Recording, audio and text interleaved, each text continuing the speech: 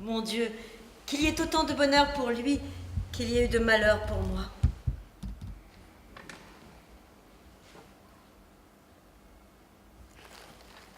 Un baiser? Une femme? Ah, sur mon honneur, madame, si vous étiez reine et si j'étais poète, ce serait véritablement l'aventure de Messire Alain Chartier, le rimeur français. Mais j'ignore qui vous êtes et moi, je ne suis qu'un soldat. Laissez-moi, Seigneur Gennaro. Non, pas, madame. Voici quelqu'un.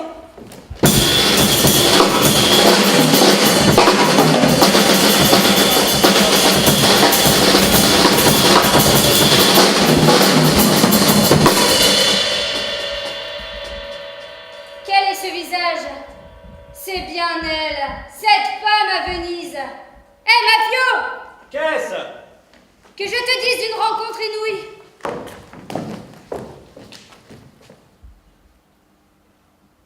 En es-tu sûr? Comme je suis sûre que nous sommes ici dans le palais Barbarigo et non dans le palais Labia.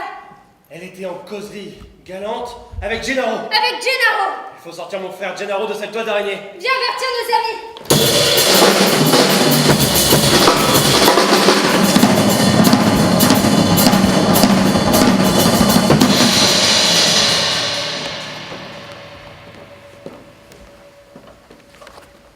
Cette terrasse est obscure et déserte. Je puis me démasquer ici.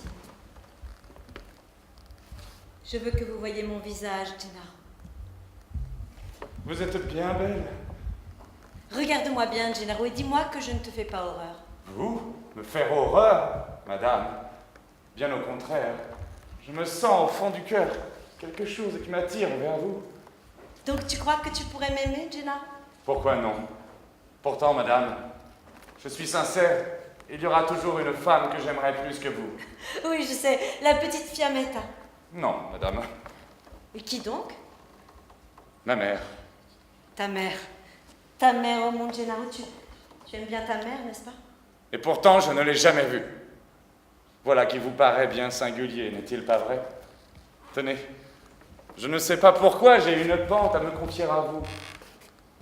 Je vais vous dire un secret que je n'ai encore dit à personne. Pas même à mon frère d'armes. Pas même à Mafio Orsini. Cela est étrange de se livrer ainsi au premier venu, mais il me semble que vous n'êtes pas pour moi la première venue. Je suis un capitaine qui ne connaît pas sa famille.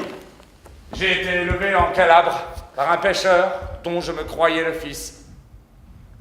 Le jour où j'eus 16 ans, ce pêcheur m'apprit qu'il n'était pas mon père. Quelque temps après, un seigneur vint qui m'arma chevalier et qui repartit sans avoir levé la visière de son morion.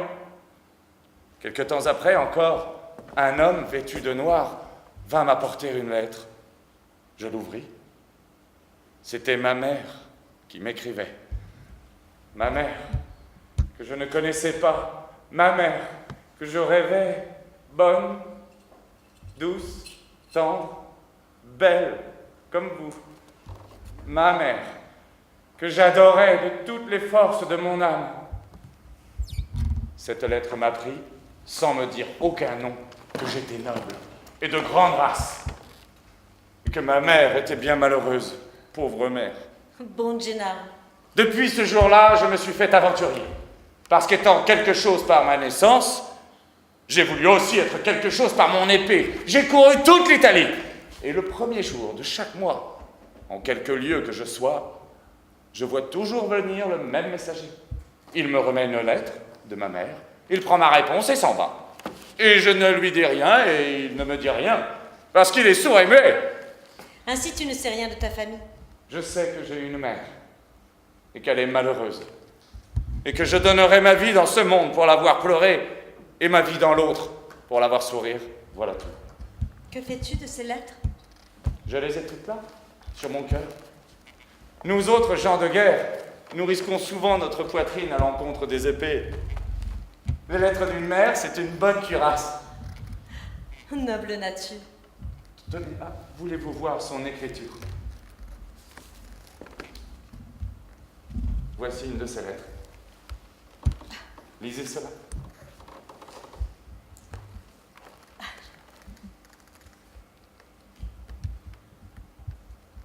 Ne cherche pas à me connaître, mon Gennaro, avant le jour que je te marquerai. Je suis bien à plaindre, va. Je suis entourée de parents sans pitié qui te tueraient comme ils ont tué ton père.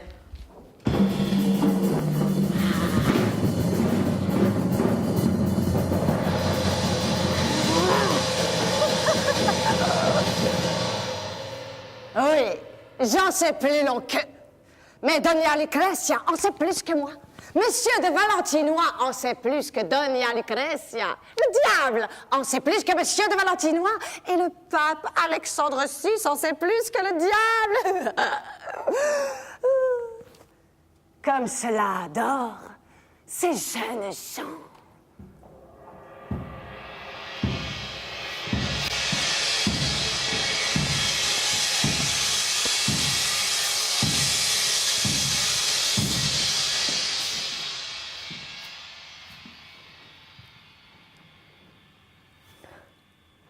Il dort. Cette fête l'aura sans doute fatigué. Qu'il est beau. Gubetta? Parlez-moi. Oh, madame, je ne m'appelle pas ici Gubetta, mais la comtesse de Belverana, gentille dame castillane. Vous êtes madame la marquise de Ponte Quadrato, dame napolitaine. Nous ne devons pas avoir l'air de nous connaître. Ne sont-ce point là les ordres de votre Altesse? C'est juste, Gubetta, mais il n'y a personne sur cette terrasse que ce jeune homme qui dort. Nous pouvons causer un instant. J'ai encore un conseil à vous donner, c'est de ne point vous démasquer. On pourrait vous reconnaître. Et que m'importe. S'ils ne savent pas qui je suis, je n'ai rien à craindre. Et s'ils savent qui je suis, c'est à eux d'avoir peur. Nous sommes à Venise, madame. Vous avez bien des ennemis ici, et des ennemis libres. Sans doute, la République de Venise ne souffrirait point qu'on osât attenter à la personne de votre Altesse, mais on pourrait vous insulter. Ah, tu as raison. Mon nom fait horreur, en effet. Il n'y a pas ici que des Vénitiens. Il y a des Romains, des Napolitains, des Romagnols, des Lombards, des Italiens, de toute l'Italie. Et toute l'Italie me hait, tu as raison. Il faut pourtant que tout cela change. Je n'étais pas née pour faire le mal. Je le sens à présent, plus que jamais. C'est l'exemple de ma famille qui m'a entraînée. Gubetta, Madame? fais porter sur le champ les ordres que nous allons te donner dans notre gouvernement de Spolète. Ordonnez, madame. J'ai toujours 4 mules scellées et 4 coureurs tout prêts à partir. Et qu'a-t-on fait de Galéas à Caioli? Il est toujours en prison, en attendant que votre Altesse le fasse pendre. Et Guilfrid Buondelmonte? Au cachot? Vous n'avez pas encore dit de le faire étrangler. Et Manfredi de Coursola? Pas encore étranglé non plus. Et Spada Kappa? D'après vos ordres, on ne doit lui donner les poisons que le jour de Pâques, dans l'hostie. Cela viendra dans 6 semaines, hein, nous sommes au carnaval. Et Pierre Capra? À l'heure qu'il est, il est encore évêque de Pesaro et régent de la chancellerie. Mais avant un mois, il ne sera plus qu'un peu de poussière. Car notre Saint-Père le Pape l'a fait arrêter sur votre plainte et le tient sous bonne garde dans les chambres basses du Vatican. Gubetta, écris en hâte au Saint-Père que je lui demande la grâce de Pierre Capra. Qu'on mette en liberté Accaioli, en liberté Manfredi de Coursola, en liberté Buondelmonte. Attendez, madame. Laissez-moi respirer. Quels ordres me donnez-vous, là? Oh mon Dieu! Il pleut des pardons? Il grêle de la miséricorde? Oh, je suis submergée dans la clémence. Je ne me tirerai jamais de ce déluge effroyable de bonnes actions. Bonnes ou mauvaises que t'importe pourvu que je te les paye. Ah, c'est qu'une bonne action est bien plus difficile à faire qu'une mauvaise. Hélas, pauvre Gubetta que je suis. À présent que vous vous imaginez de devenir miséricordieuse, qu'est-ce que je vais devenir, moi?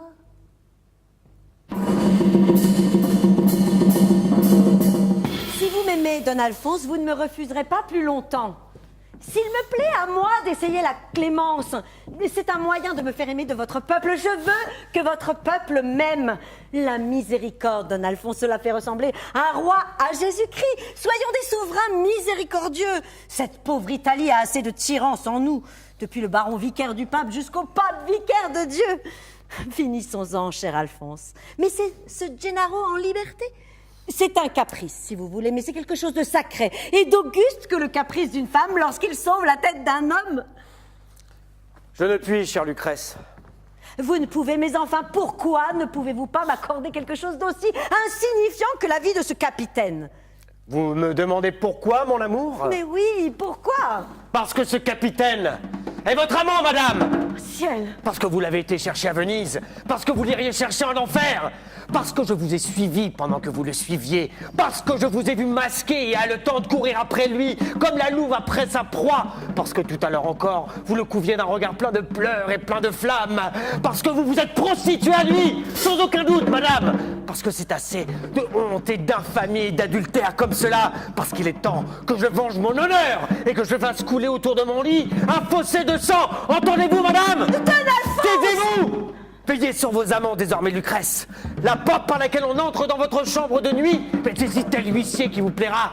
Mais à la porte par où l'on sort, il y aura maintenant le portier de mon choix, le bourreau. Don Alphonse, je vous jure! Ne jurez pas! Les serments, cela est bon pour le peuple. Ne me donnez pas de ces mauvaises raisons-là! Oh, mais si vous savez... Retenez! Je hais toute votre abominable famille de Borgia, et vous toute la première, que je suis follement aimé. Il faut que je vous dise cela à la fin. C'est une chose honteuse, inouïe et merveilleuse de voir allier en nos deux personnes la maison d'Este, qui vaut mieux que la maison de Valois et que la maison de Tudor. La maison d'Este, dis-je! Et la famille Borgia, qui ne s'appelle pas même Borgia, qui s'appelle Lenzioli ou Lenziolo, je ne sais quoi. J'ai horreur de votre frère César, qui a des taches de sang naturel au visage. De votre frère César qui a tué votre frère Jean. J'ai horreur de votre mère, la Rosa Vanosa, la vieille fille de joie espagnole qui scandalise Rome après avoir scandalisé Valence. Et quant à vos neveux prétendus, les ducs de Sermonetto et de Népi, de beaux ducs, ma foi, des ducs d'hier, des ducs faits avec des duchés volés. Laissez-moi finir! J'ai horreur de votre père qui est pape et qui a un sérail de femmes comme le sultan des Turcs Bajazet. De votre père qui est l'antéchrist.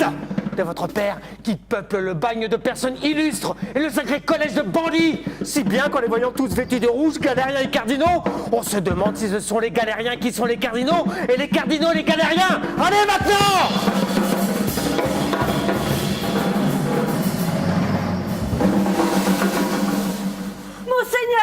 Monseigneur, je vous demande à genoux, à main jointe, au nom de Jésus et de Marie, au nom de votre père et de votre mère, Monseigneur, je vous demande la vie de ce capitaine. Voilà, aimez. Vous pourrez faire de son cadavre ce qu'il vous plaira, et je prétends que ce soit avant 1 heure. Mais grâce pour Gennaro! Si vous pouviez lire la ferme résolution qui est dans mon âme, vous n'en parleriez pas plus que s'il était déjà mort! Oh! Prenez garde à vous, Don Alphonse de Ferrare, mon 4e mari! Oh, ne faites pas la terrible, madame. Sur mon âme, je ne vous crains pas. Je connais vos allures.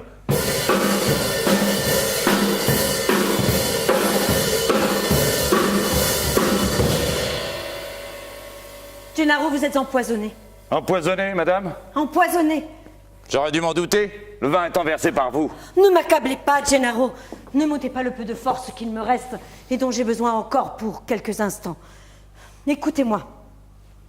Le duc est jaloux de vous. Le duc vous croit mon amant. Le duc ne m'a laissé d'autre alternative que de vous voir poignarder devant moi par Rustighello ou de vous verser moi-même le poison. Un poison redoutable, Gennaro. Un poison dont la seule idée fait pâlir tout Italien qui connaît l'histoire de ces 20 dernières années. Oui, le poison des Borgia. Vous en avez bu. Personne au monde ne connaît de contrepoison à cette composition terrible. Personne, excepté le pape, Monsieur de Valentinois et moi. Tenez, voyez cette fiole que je porte toujours cachée en ma ceinture. Cette fiole, Gennaro, c'est la vie, c'est la santé, c'est le salut. Une seule goutte sur vos lèvres et vous êtes sauvé. Madame, qui est-ce qui me dit que ce n'est pas cela qui est du poison? Ah, mon Dieu, mon Dieu!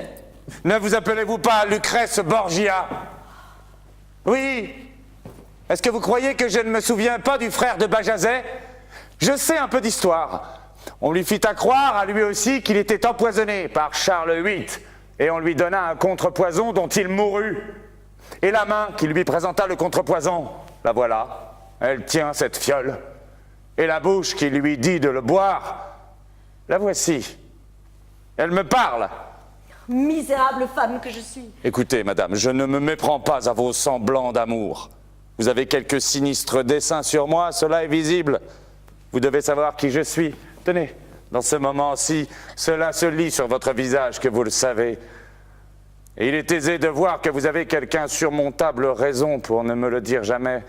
Votre famille doit connaître la mienne, et peut-être à cette heure, ce n'est pas de moi que vous vous vengeriez en m'empoisonnant, mais qui sait, de ma mère. Votre mère, Gennaro, vous la voyez peut-être autrement qu'elle n'est. Que diriez-vous si ce n'était qu'une femme criminelle comme moi? Ne la calomniez pas! Oh non! Ma mère n'est pas une femme comme vous, Madame Lucrèce. Oh, je la sens dans mon cœur et je la rêve dans mon âme telle qu'elle est. J'ai son image là, née avec moi. Je ne l'aimerais pas comme je l'aime si elle n'était pas digne de moi. Le cœur d'un fils ne se trompe pas sur sa mère. Il y a quelque chose en moi qui me dit bien haut que ma mère n'est pas un de ces démons d'inceste, de luxure et d'empoisonnement comme vous autres, les belles femmes d'à présent. Oh Dieu, j'en suis bien sûr. S'il y a sous le ciel une femme vertueuse, une femme sainte, une femme innocente, c'est ma mère. Oh, elle est ainsi et pas autrement. Vous la connaissez sans doute, Madame Lucrèce, et vous ne me démentirez point. Non, Gennaro. Cette femme-là, cette mère-là, je ne la connais pas.